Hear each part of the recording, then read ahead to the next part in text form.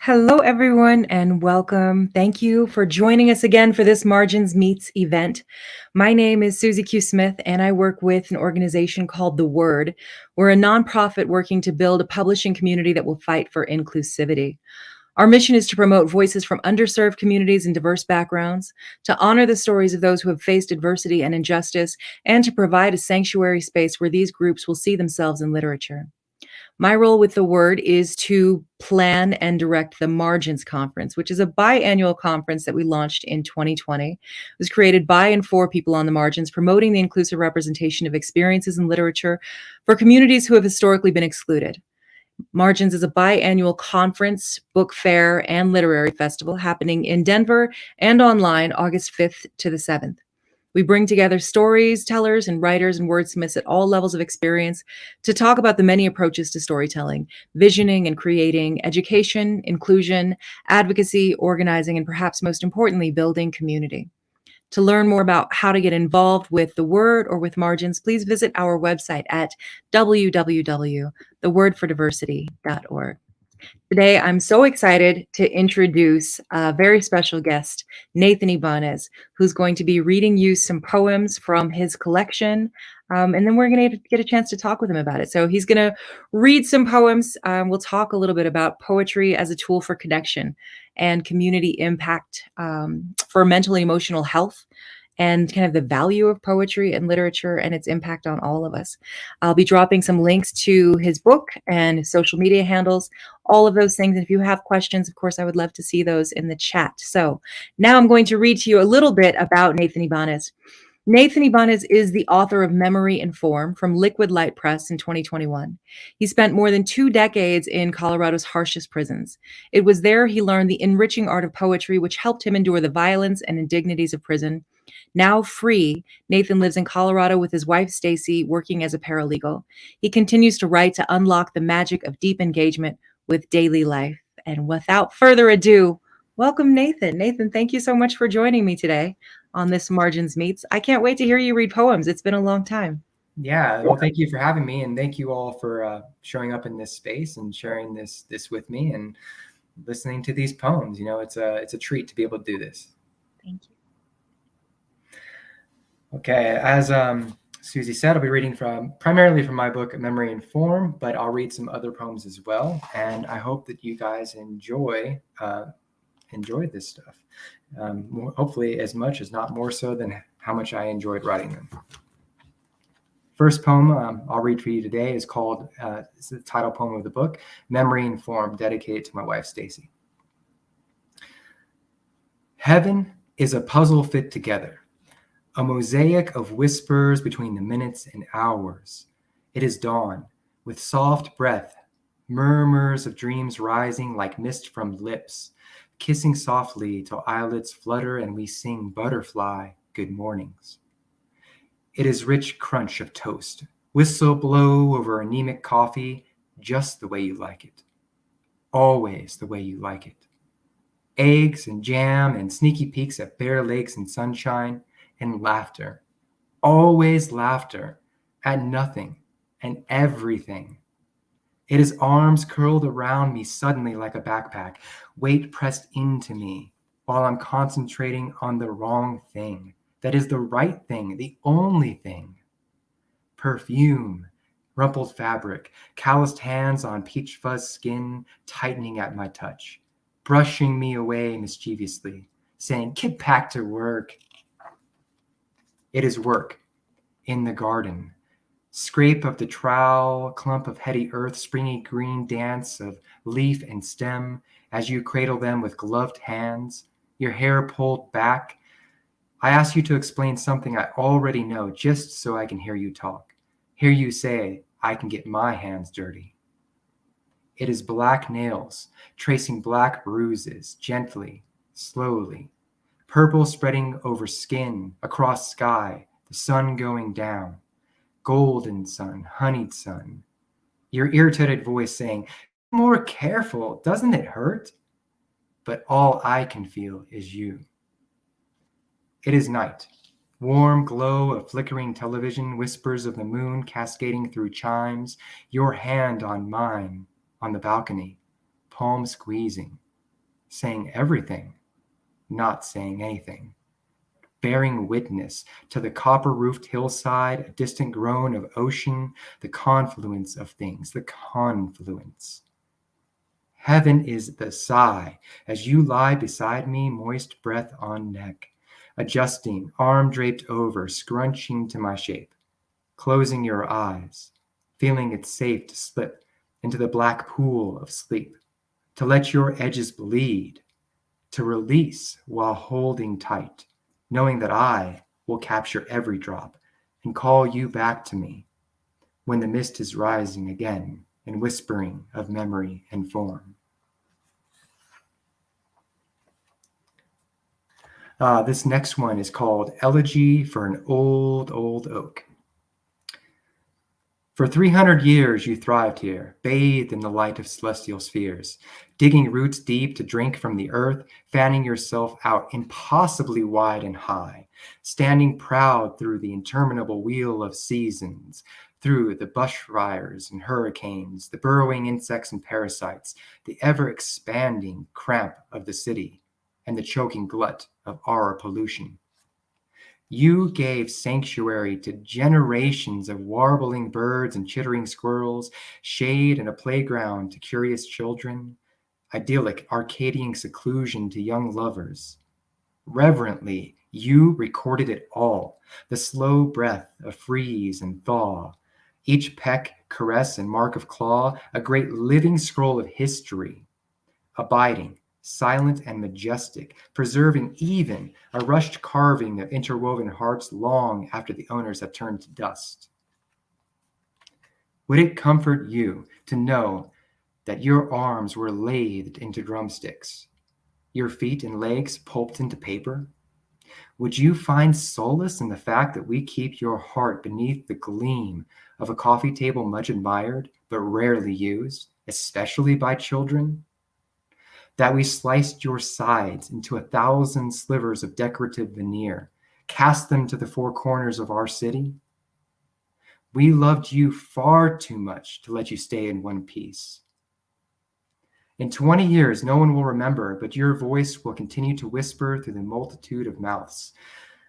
Whenever a musician strikes a drum or a poet scrawls a line, whenever a child sneaks into a sunny room to marvel at the rich grains of your life, you'll speak to us of wind and rain, of the constellation of souls that you nurtured so faithfully for so long, of a time when the world was small enough for some things to still be sacred.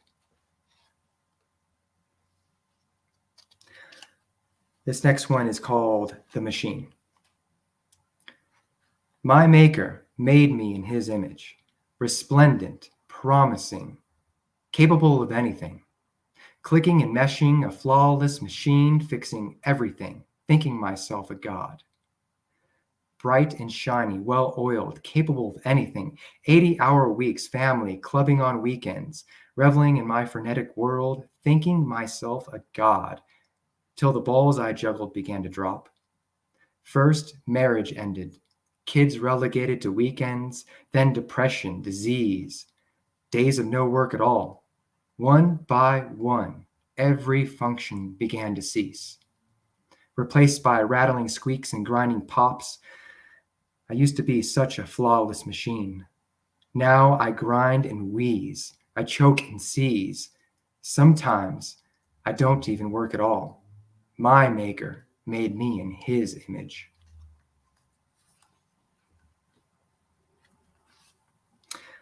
This next one I'll read, called Pigeons. I saw a pigeon.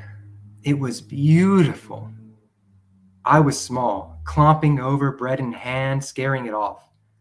Sitting still, tiny palm outstretched till it began to trust me to come close, and I asked, "How does it feel having a rainbow on your chest?"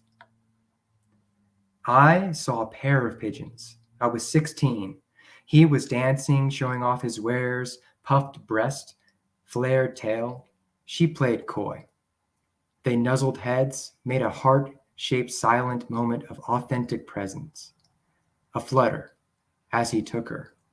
It wasn't ugly or crude. It was powerful and real, and suddenly my loneliness was unbearable. I saw a flock perched above my brand new Camaro. Rats of the sky!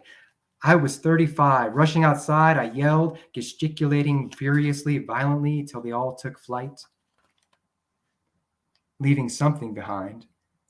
I'm gonna find you where you nest, you bastards. Your shitting days are numbered. The paint was ruined. So was my marriage. I woke to a swarm in my room in the nursing home after midnight. Eyes wide, I shoveled out to meet them, a seething gray sea covering everything. I stepped into the shallows, then slipped beneath the surface. Prone and senseless, I'd forgotten my cane. My disturbance quickly smoothed over by rainbow breasts, dirty feet, becks peeking, wrinkled hands that lacked bread. They stuffed feathers in my mouth till I lay still, and the only sound was soft cooing, answering a question I'd asked so long ago.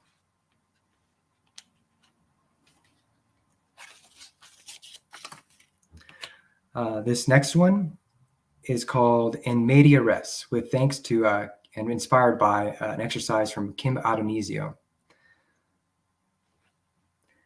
You start in the middle of things, with a cry, they say. And every day you save up pieces like water in a clay jar, a few precious drops that you fastidiously guard and religiously visit, convincing yourself it's all worth a damn. Deliciously pink tongue teasing your own, the scent of Indian summer on her wrists, fogged glasses from hot tea in the frigid dawn. You know you'll end in the middle of things too. So you pray with every ounce of your spirit. Pray like a feverish penitent, split fingers bleeding from desperate, ceaseless revolutions of your rosary, that when you go, you'll take all that sweet water with you. But then comes the moment that you discover you're cracked. All those days spent adding to your jar, you failed to notice the trickle. Were blissfully unaware you lived in a great featureless desert so thirsty it could drink oceans. And it's drinking now, one memory at a time. You're sitting in a booth and you can't recall the name of the waitress who served you coffee with a smile all these last 20 years. Why can't you catch your breath? You swear the surface level hasn't changed since yesterday, frantically dipping your hands beneath it to fish out faces of friends and once remembered family, but it's all a disturbing mass of murky blurs. Someone's trying to take your order, but all you can focus on is Alzheimer's, how your own father became an entirely different man overnight. And what the hell are you without memories? And Jesus, God, why couldn't you, in your infinite wisdom, have used something more durable than clay to vouchsafe the majesty of your breath?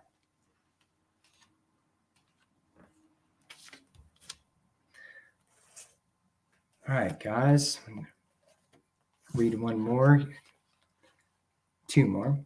This one here, another poem dedicated to my wife. This is not in the book, but I just wanted to share it with you guys anyway. It's called Black is My Friend. Black is my oldest friend. The first thing to greet me in my mother's womb, it'll be the last thing I see when I leave. In between, I crawl to it for sustenance, hide in it from a world that would devour the light spilling from the cracks of my brokenness. Black should be loved, not feared or despised. It's the warmest color because of the sun's embrace. The two are soulmates.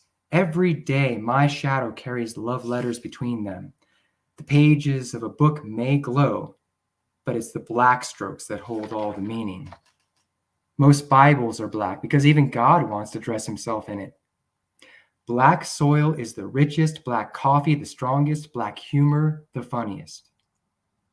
Soul music and soul food were made by black people, a clear indication that the soul itself is black. 3 a.m. is the time for lovers, and it is thoroughly black. Lights, cats, tea and witches' hats, all things that are so much better black. Rubber bleeds from trees white, but we dye it black. The Black Death? Nothing but a case of mistaken identity. You see, black does not judge. It is humble, accommodating, faithful, sitting inside us patiently through the hectic day, waiting to carry us each night to the soft space of oblivion. When we need to heal, when we need to remember for a time who we truly are.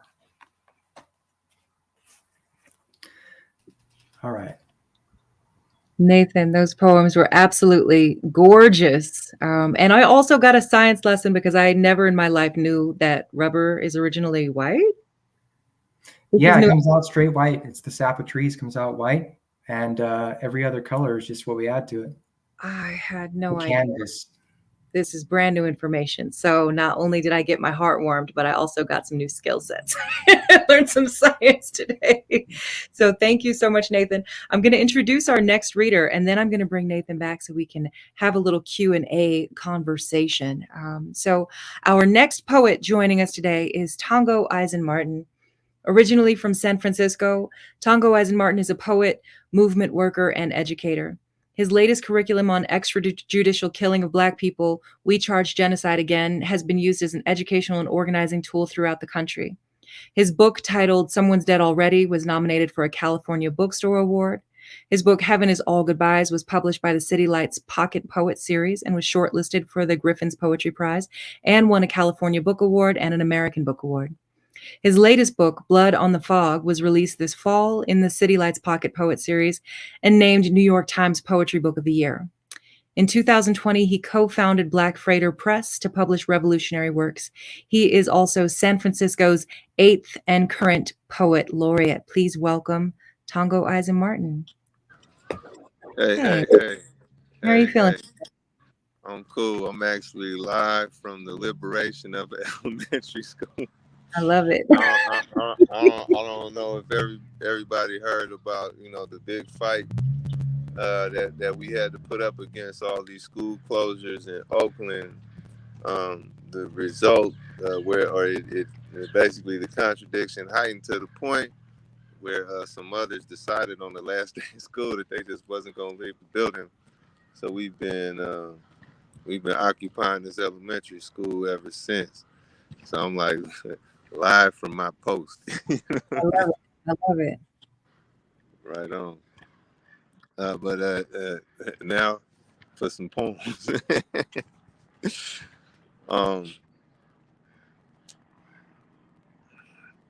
All street life, to a certain extent, starts fair. Sometimes with a spiritual memory even. Pre-dying soul clap, your father dying even. Maybe I'll push the city too far.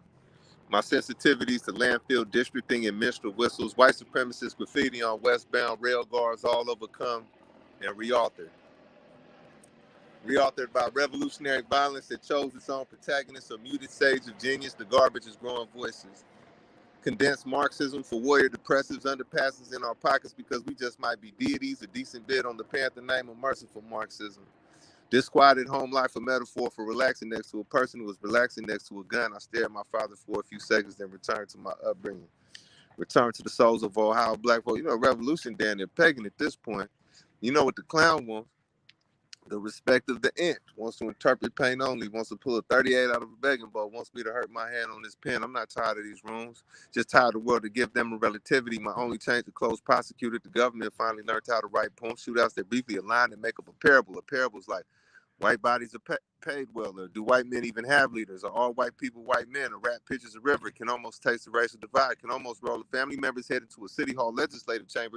Knows who in this good book will fly. All I do is practice, Lord.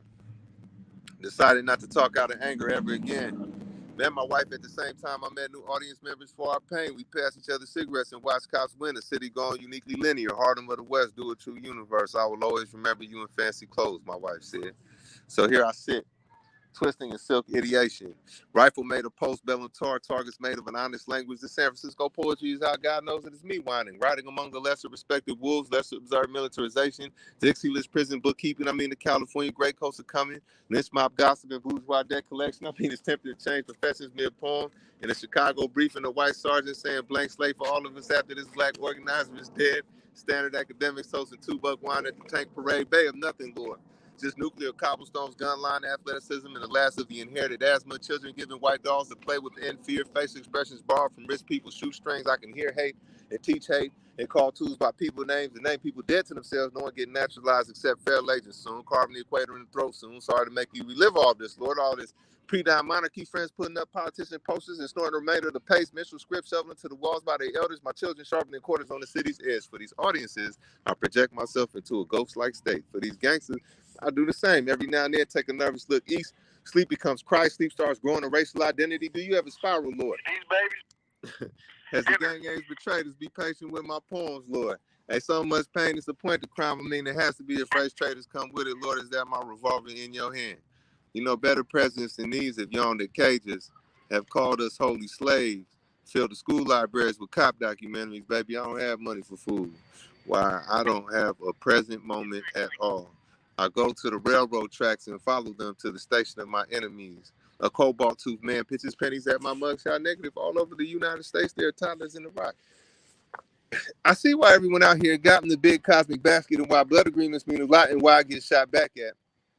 I understand the psycho-spiritual refusal to write white history and take the glass freeway. White skin tattooed on my right forearm, ricochet sewers near where I collapsed into a rat-infested manhood. My new existence is living graffiti in the kitchen with a lot of gun cylinders, hack up, house of God in part, no cops in part. My body brings down to Christmas. The new bullets pray over blankets made from the old bullets.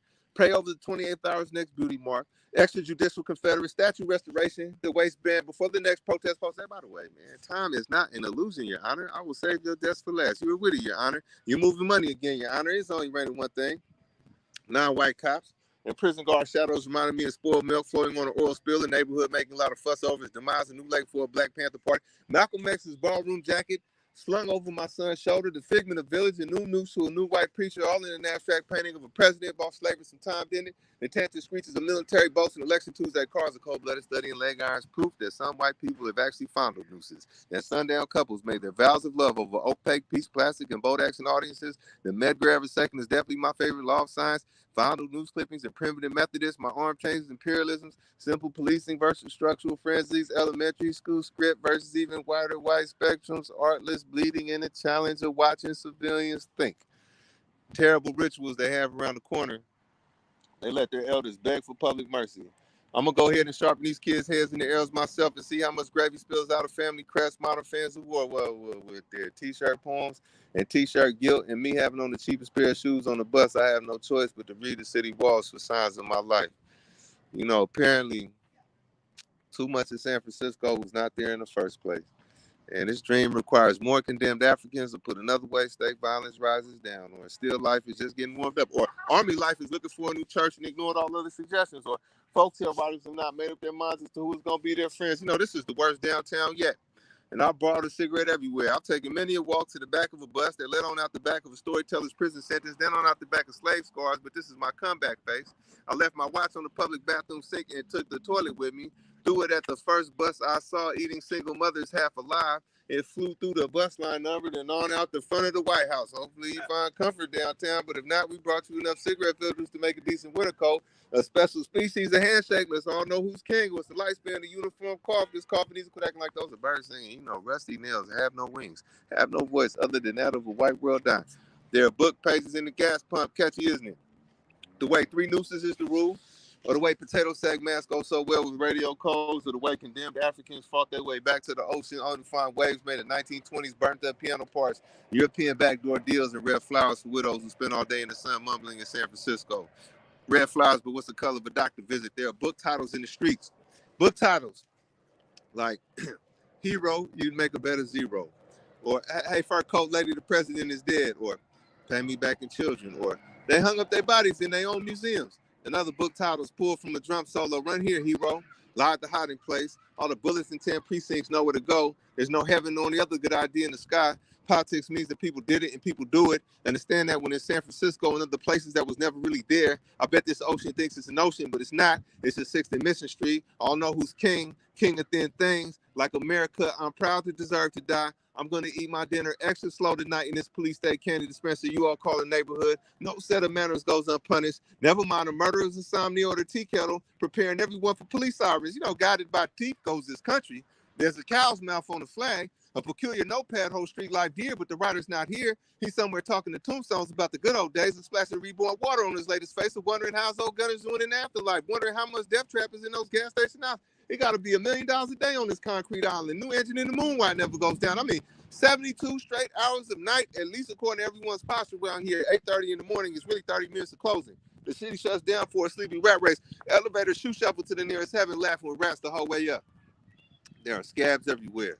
In puddles of city, in concentrated schools, and TV-lit warm rooms, the light reveals military fatigue when it hits just right. On the ties that are wrapped around the necks of lazy white guys, empire is too easy, baby. Tearing at the walls all summer if you feel like it. Best way for a target to move is shooting back. Running for a tree line made of freeways. Wisdom says against a war machine on Tuesday, you stand no chance, but may we be the last poor people to play it safe. Cow's mouth on the flag. A politician raises his hand, and the crowd shows their teeth. An oligarch raises his hand. Little kids are not safe outside. You all high depressing comrades and function. 15 minutes of closing in the city has survived another black rebellion.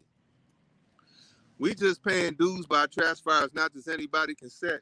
Hey, don't you love how deadly things whisper in the moment and people kill like fellas fall with everybody screaming inside? The writer knows that death is not a matter of dignity, rather humor. In a house that smells like roach races, nuclear percentages on torn stoves, I mean, here life never was. Just lazy matches and manic inhumanity, hands rushing away from life towards stoves. What we doing here? Surviving. For no reason in particular, because nobody gone far today. Nobody go far tomorrow. Trust me, hell and heaven cannot count. Strange gardens where secondhand clothes play, and concrete wishes to be human so that it could be accountable, man, where they find you drenched, and drains wish to be human so that they could be worthy arms for you to die in. They greet them all, grandson. Prepare for the day when every child is coming. Don't say we ghosts didn't write you a poem. Don't say we didn't dig your life. Remember the shotgun by the coat rack that everybody in the house knows how to use? Remember the tightrope made of needles for walking in between driveways and man-made best friends? Go ahead, grandson. Tune this street again. Never mind this country kills musicians first. Broken neck night, scarred neck life. If these walls could write lyrics, they say, what's your angle, angel eyes? 30, 50 rounds pass by on the street with no daughters. This street has no sons. It's young prisoners of war in a racist city that means to make capital, and we know so much. We know it all. We were stood against walls. Who's on the third cross around here? Cow's mouth salivating over the street, and that is the story of why we aim at teeth. You know, these societies wander together like hopeful drops of a virus. Citizen testaments bent on offering me a nation of breadwinners to hold me back like it's a Brinks. I wrinkle the concrete sometimes like flesh. My Martin Luther King permanence turned away from a podium into the reeds like God is the dangerous twin. Black August to the mountaintop balcony on my bedroom floor. You know, they steal you from the earth itself and suspend you in your broken neck from their foolish euphoria. From the loyalty oath of their grave superstition, loyalty oath of their agrarian reform, I return to my mother completely disrespected. For peeling the heat off of purgatory, they kill poets like me. Walk me away from my poems, never to be heard from again. In this final industrial complex of bloodlines picked over, picked through, a sporting spirits of death of your devil at least half made, police become a pretty word. I'm reading a lynch mob shoestrings like they were tea leaves, teaching you how to write about cities. It's the 25th century in the mirror, people. Tyranny against your chump change. You're a chump to be mocked even with a gun in your car. Cuba the needlework spelled tune for the proletariat, the relapse ministry. Talented people curled up in a fetal position next to a diamond dime. Just another service day in the theatrics of tea house fascism. And a bouquet of surveillance cameras in the poverty of God. New blue eyes, corpses of water, a newly potted presidency. But one big shiny coin, if you ask animated capitalism and other non-literal voids, man, killing is white freedom. The deification of hyphens, medicine bread and picture shows, great protesters in LA, guests of our Inc. Drop kicking roses in the graveyard. I mean, DC Mink like a stone torn in half, the pen advances despite CIA guideposts, despite non-African past and futures, a metaphorical but not surreal day. In a horn-ridden life, horn player, improvising king. Like a radio prize fight featuring Shango himself, a real hand sweeps the land of racism. May I return to the ground? May I make progress with the gun? On our Mother Emmanuel, they put on music that evening. A swinging type body language for you to drink with fermented $5 bills for your body language. Some applause. My past stomach line ain't neither a good thing nor a bad thing. Like being psychic on the way to a lethal injection. It'll sit you down with Lady Day. Lady Day leading youth who surrendered their souls to Africa too soon. Polity thought, floating in the cup of water, she saved me. Access in my stomach, access in the love of the American lynched. At Coach Lee's wooden avalanche into the wrist, our Mother Emmanuel avalanche into the sharp keys. Pain, the deal you make with pain. Piano makes sense for them. Laying hands on the world gradually, addressing the bended necks on the streets of the north, traveling sailing in pain, repeating pain in the north. 10 trigger fingers on that piano if harmony would have me. Putting 100 fights on every direction offered her. Lady Day, leaning on trees again, recruiting the countryside itself, saying lay your planet on this lightning. Make your poems a corner pocket of men. I've greeted the blues itself. America may clean my dead body, but will never include me. There goes the poet, killing without killing. Never mind this painting of your language. May I be a meaningful lynching. A crow's passing, good and dead by the afternoon. At the end.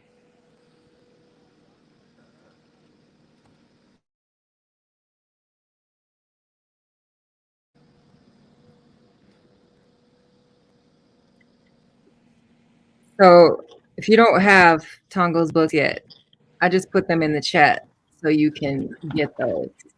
Because if you were listening, you know you can't pick all that up in one reading.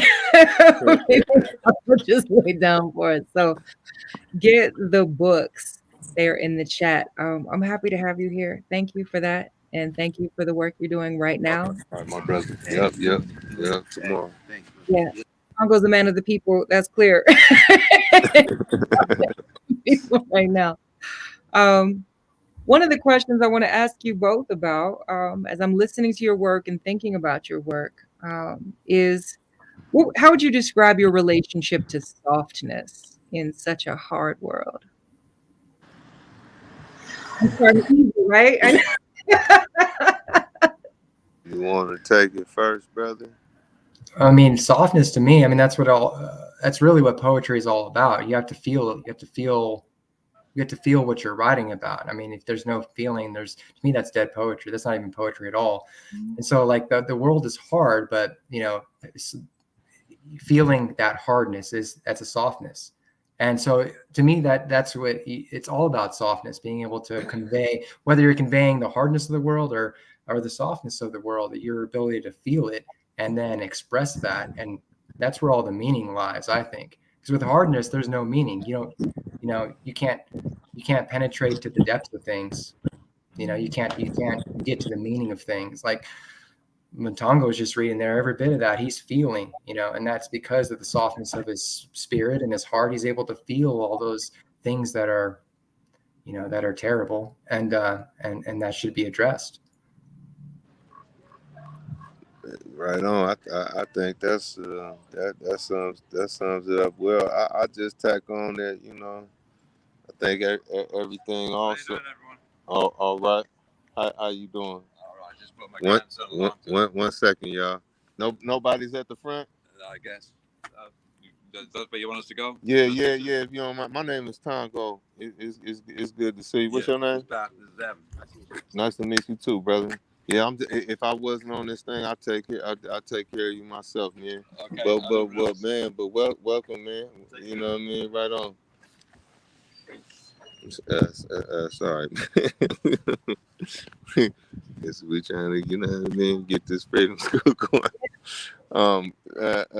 But I would just add on that that so-called reality, or all the material of reality, is also like fading, or is illusory, and or at least always in flux.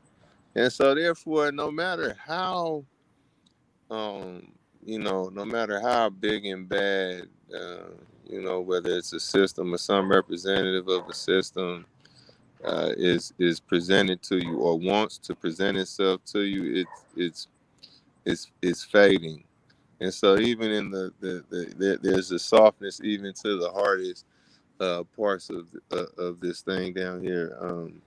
And I think it's a kind of, it takes it doesn't require, but we do well to keep a soft mind, or a flexible, or a kind of a complimentary mind, or a gracious mind, to really to swim to swim among the various realities, like the homie said, to really get into it, to really get into the molecular realities, or social molecular realities. I love that. Yeah, just like the idea, like what you said, Nathan, around just hardness being impenetrable, right? And we have to be able to penetrate things to understand them in this way. Like there's a certain softness required, and Tongo, the flexibility of that. I think also, like when I think about like some sort of hard to measure things, how would you describe your relationship to the future, and what does that have to do with poetry? You want to take that one, brother? I'll start it off. I'll just say, like, poetry is kind of timeless. So, I mean, it's about time, but it can go into the past, it can be in the present, it can be in the future. But really, to me, I mean, when I think of the future, there's like for me with poetry, it's hope. There's a hope that's involved with the poetry that can contemplate the future. I mean, you could write dark stuff that's all about, future being terrible, or, that kind of thing. But I look at poetry as expressing something hopeful about the world, and that, it's possible for us to change things that are wrong, right? And envision things that can be different, that should be different. And then also to keep things going, and to appreciate the things that are good. And like poetry enables you to like tune in and to be soft. And then you can carry that softness with you into the future and get even better at it. You can do it more often. You can go deeper and deeper, from time to time. And so to me, that's what I relate with respect to time in the future. Poetry is all about hope. Thank you, Nathan. Yeah, man. Yeah, I would just add, we have that we kind of have that access, access at least to at least to the impressions, or possibilities of the future, and especially in like the Black experience, it's like when you're when you're navigating. What's up, bro? You guys are recording it. That's all good. It's all good. When you navigating when you navigating genocide, right? When you navigating genocide, Malcolm X is next door. You know what I mean? Or freedom fighters are, are your strength, are the mind that you mingle with, or the heart that you tap in with, and I think, just as kind of our minds extend back, or whatever you want to call it, like however you want to codify it, psyche or soul extends back, and lives in real time with the words and the deeds of our, of those who come before us. The tentacle also reaches the other way towards the future, And no, I don't have to, I can't see it. I can still, I can You can feel project it. You can exactly. project it too. You can feel it, Right. and you can project Right. it. Or be a, or vessel it, you know what I mean? at least the kind of like at least the colors of it. You know what I mean? Like so, a time of like a revolutionary stage of history. You know what I mean? Where our social relations of power just revolve around uh, uh, you know, taking care of human needs and the human curiosity. You know. And you can bring that down, you know. You can just as sure as you can, you know, bring that down to a random conversation, or bring that down into a walk down the street. You can bring it into a poem, or at least the impression of it into a poem. Well, I think there's also like an active, what you're occupying in elementary school right now, which is an incredible act of hope, right? Which demonstrates some faith in a future, right? I think like there's a lot of those ways. When you think about your poetry, another thing I know about both of you is that a lot of your lifestyle and work outside of poetry is very, very focused on liberation from very different angles, right? But Right. you're both very much focused on that. What would you say about how that relates to poetry, right? Like what do you think is it that makes you so passionate about both poetry and liberation? Does it come from the same place, or are they different? I think it's part of the spirit. You know what I mean? Like for me, poetry is freeing. For me, poetry is freeing, and like okay, being on the inside, right, in prison, where you had and others, you know, that had led spaces where people could come, guys could come, incarcerated individuals could come and share poetry. The act of sharing is liberating for those guys. It liberates what's going on inside them, you know, and by making those connections, it's freeing to them. And I think poetry, by allowing us to feel things deeply, it gives us that power it gives us a power that is freeing, you know. And then, and with that, I think comes compassion, liberation and compassion. True liberation, it goes, I think, hand in hand with compassion, because, you know, you see what you can do to help others relieve them from their suffering. And so I think that when you feel things and understand things deeply, it leads to that power and that compassion hand in hand, and that leads to action. It leads to you wanting to take steps to help relieve people of suffering, you know. And so much of the poetic space, when you're sharing and listening, is going back and forth of that. You know, you're sharing your softness, and that's allowing others to have the power to be soft, which is this whole circle of liberation and healing and, you know, deepening. So I think it all goes together. Absolutely. I think The Wi-Fi is working. I can hear you a little bit, Walking in the Tongo. streets, huh? But I think it makes me think of that quote from Mariam Kaba, right? Hope is a discipline, right?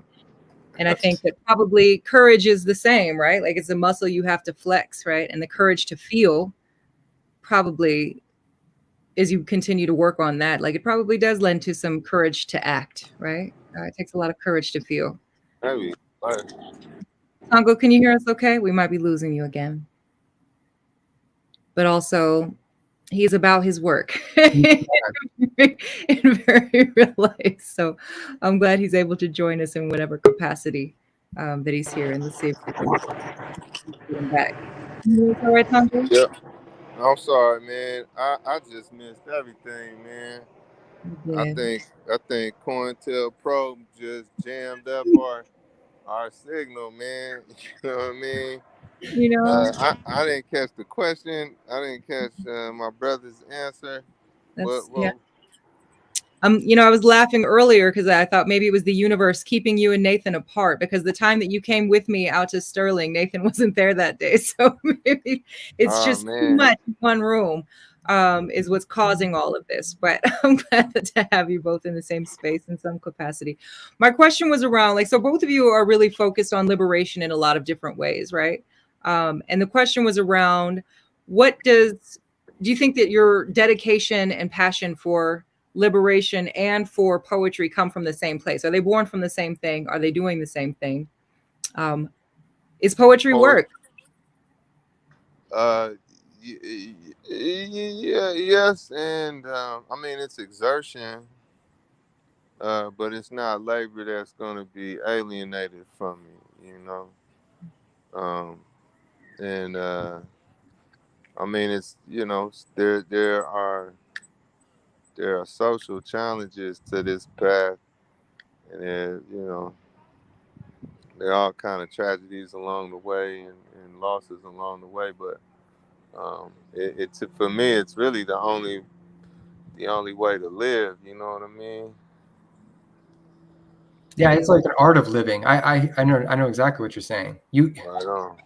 Po- Poetry is how to live the deepest way, which is how you are your best self, and that's how you best benefit the society, the people around you, the people that need help and themselves need to, heal or liberate and all of that. You know, like the work you're doing now is born out of your ability to feel deeply and to understand, right? And then that calls you to action, and so you act, and that's poetry in motion. That's Right, I right, think of right. it, it's a discipline too. Like you have to sit and be reflective, and that's kind of going in, and then that compels you to then extend. And so I think it's like a constant, like it's like a breathing. It's going back and forth, and both sides are required. I think it's all part of the same. I don't know what to call it, but it's we'll call it just the whole umbrella of a life in poetry is And how. it's and it's fair. You do whatever kind of internal cultivation you put in, and uh, whatever praxis you stay committed to. Um, it does. There is a guaranteed fruition, at least craft wise, as far as your hegemonic individual adventure. You know what I mean? You might not get your hands on the dividends, man, but just craft as front row seat to the cosmos is guaranteed. The more you do right by craft and people. I'm curious, when you write a poem, let's say, for instance, when you craft a poem, does it, for me, it's like an exploration. Like there's this thing and I got a piece of it and I need to find that out. I need to explore it. I need to understand it. I need to grow from it. And then hopefully I can, hold it up to somebody and they can look at this thing that I've discovered that's important in some way. And maybe it helps them in their lives. Like, so for me, it's an exploration that I go through when I'm putting together a poem. When you do it, are you exploring, or do you already have it and then you're trying to express it? I mean, what is that for you? I'm just curious. Yeah, I'm just poking around. I never start with like a thesis or a plan. I just try to relax into a couple or a few words that have a nice ring to them, and then I start excavating around. Yeah. Yeah. So or start smashing universes together. Even better. You know? And I just take it kind of, man. Coltrane said that often he never saw the entire picture of a solo. That he was really just operating location to location, and experimenting location to location, or running that location through parallel universes. But it was not about a point to be made. I think that leads me to a question I have for both of you too, around when you write, do you have an audience in mind, or is the audience always a surprise? I'm writing to the world. I'm writing to everybody. I want to share, well, unless it's my wife. And then, of course, let me just say, all of my love poems have my audience is her. And it's the best I audience. too, I too hold people hostage, man. But yeah, I'm with you. No. I mean, I used to in my younger days, yeah, when I was, in my immaturity, man. I would, I would. This is for whatever. This is for the lifers. You know what I mean, or whatever. But nah, Well, man, when you grow up, well, I mean, you can't like when I write a poem, you never know. You can't. You don't. We don't know who. None of us can know what all the other people in the world how they're set to hear something, right? We can't control that. We can only kind of offer it, and then if people are receptive, they're receptive. They can understand it. We can't like even like the closest person to me. If I write something, I have a vision of that they'll get it. They might not because I don't know the entirety of them. You know, it's just an act of grace and hope that there can be people that understand it. So you offer it, and so I think it's too hard to try to write to a particular. I mean, you can write to like groups and hope that you can get them to understand something that might cause some change, but ultimately on an individual level, I don't think any of us can control who the audience is. They just are. right. Or you can also like you can kind of apply a kind of a trickster's temperament and um, shift around. Like you can be like you can feign writing for the like you can you can make a quick little mini kind of like a mini play, uh, you know, and give it a couple lines, and then move to a different dance of personas, But That's definitely, it's nothing to take. You don't want to take. Definitely don't take targeted audience seriously. You know what I mean? Like that is definitely not to live. That is definitely something just to have fun with it, or keep a humor about.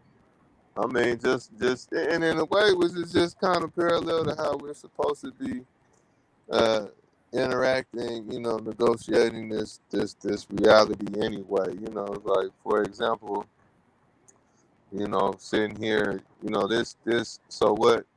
So I'm posted outside doing security, right? But this is also really, and especially my favorite post, known as the fence, obviously, is a great, is a great place to organize from, to have conversations with the random people passing by, and if I try to blitz them as someone to be recruited into this revolutionary process, well then I actually deanimate myself and I deanimate them, and then it's just now if they just so happen to want to play along with that 2 dimension, it might work.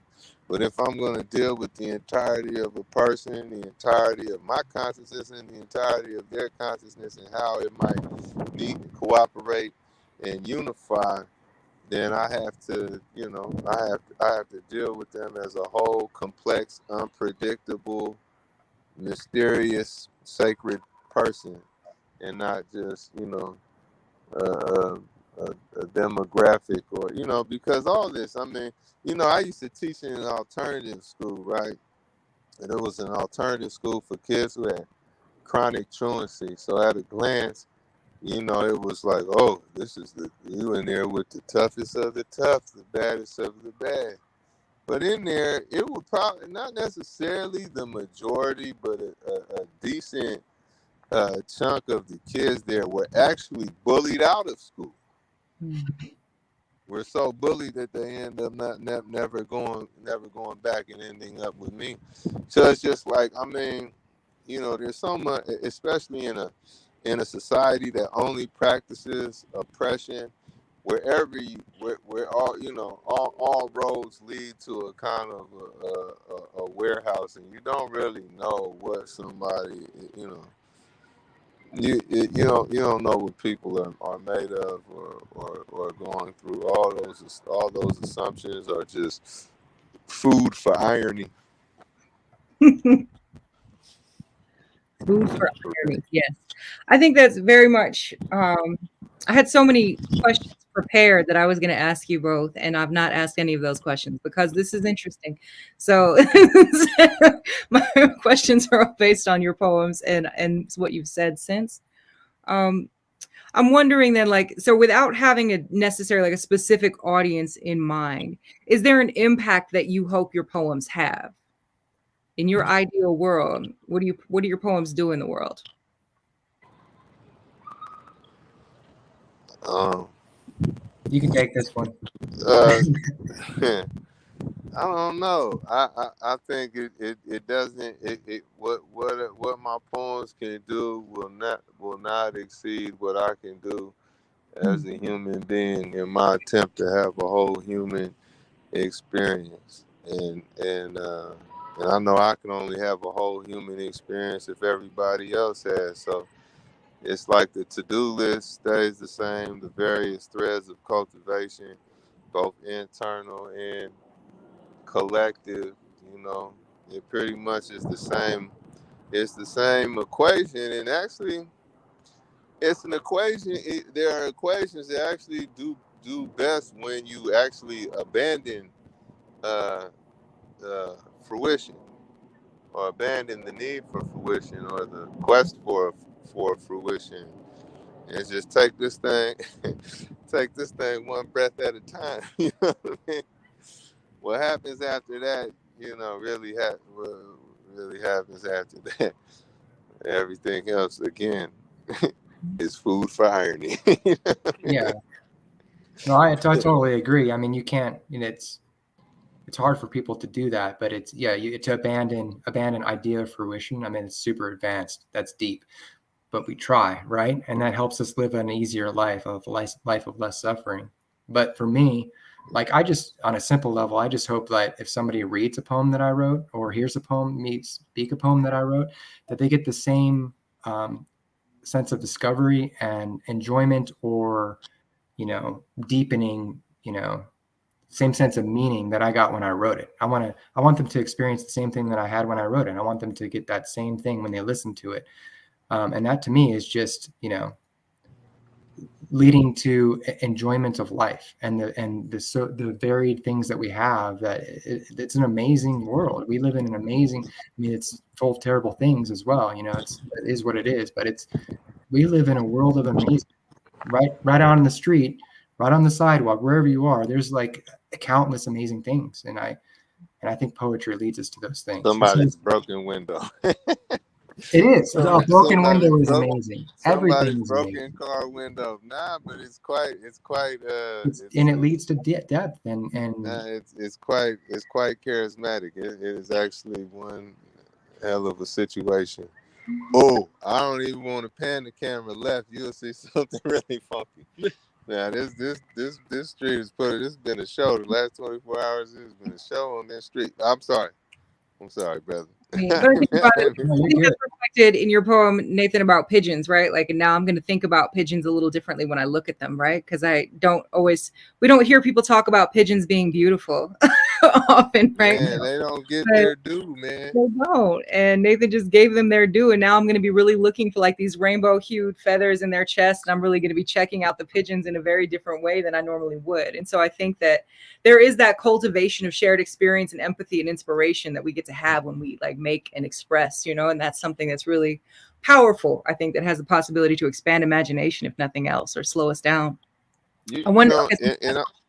I'm sorry, real quick. I'm not. You know, I'm not. I got a black hoodie on, not a orange robe. You know, it's not to say that I'm sitting up here like I've overcome my personhood. But you know, I think too, and you know, this might be like actionable and intelligent for other poets that, you know, staying in that pocket is actually the best way I can kind of remain on the edge of my style. Yeah. And not fall into traps of like imitating myself, or, you know, just my brain kind of calcifying. So that's kind of like the good news. You know what I mean? Like, for those, like, it pays it actually pays off in your sword personship Yes. to really keep it again, like keep it Coltrane local. Yeah. Very much. And I love that you said imitating yourself too, because I think that's an easy habit to fall into when you know you do a thing well and you're like, this hits every time I do this thing. It's so easy. And Get into your I own know shit. I know he's problematic, but I can't take credit for that. Look, I got that from Picasso, man. That's what Yeah. Picasso said. Well, Picasso said the danger of success is you start imitating yourself. yeah. That's well, he knew. He was problematic. I think about, I want to ask you one question. So, like, I think about this quote a lot. Tony K. Bombara said, right, the role of the writer is to make the revolution irresistible. What would you say your role is in society as far as what you make in the world, what you do? Well, for me, it's to leave things around me better than they were before. Whether it's a small thing or a big thing, it's my wife talks about having a footprint, right? We all have a footprint of some sort, whether it's small or large. And is your footprint negative or is it positive? And I think for me, I'd like my footprint, whatever size it is, to be positive, to add value to people, whether it's my neighbor or whoever people I help with, work, or people that are listening to a poem. I just want my footprint to be a good footprint. Thank you. What about you, Um, Tom? Is your role? I've wandered into a little interesting stage of life where I just feel like just like the ultimate expression of mortality, man. I feel very, very uh like I feel like a fleeting thing, very much so now. And so it's just I think my role is just to just to get to as much of the bottom of this human thing as I have time to. And as long as the compass is still working, uh, what happens. There was this poet named Q.R. Hand Jr. Who was he was a giant's giant, man, and just had this like just beautifully selfless, and I mean really lack of self brilliance. Like really his mind just melted into the aggregate biography in such a musical and expert and enthusiastic way. Um, it was just a treat just to be able to have the conversations I had with him. And one thing he told me about organizing, he said, like what you have to understand is that organizing is not linear. Hmm. Building a people's power, or, revolutionary movement is not linear. So, you know, however I fit, um, kind of fruition wise, I have faith um, that I'll have done all I needed to do. It's like when they first discovered quantum mechanics, right? It began with them observing the behavior of light. And they said, man, how the hell is light acting both as particle or existing both as particle and wave? And one experiment they did, they shot particles of light at this screen that could take impressions of the particle. And they would just shoot out a particle of light, and it would just go to random, unpredictable places. Like they could not. It made no sense. It just went to all the, just one would go here, there, left, right, up, down, in various, northwest and southeast. You know what I mean? And But over time, they noticed that all of these dots were making up the pattern of a wave on the board that was the impression. So, man, I'm just doing, if I just do right by my little trip to the blackboard, then I'm pretty sure, man, that I'll be right where I need to be in the wave. I think that's a perfect way to close. Thank you, Tongo. Thank you, Nathan. Thank you to all of our viewers at home. For those of you who are live and those of you who are watching later, be sure to check out the comment section and those links so you can support these poets and check out more of their work. And catch up with us and keep in tune with what we're doing over at The Word at thewordfordiversity.org. Right on.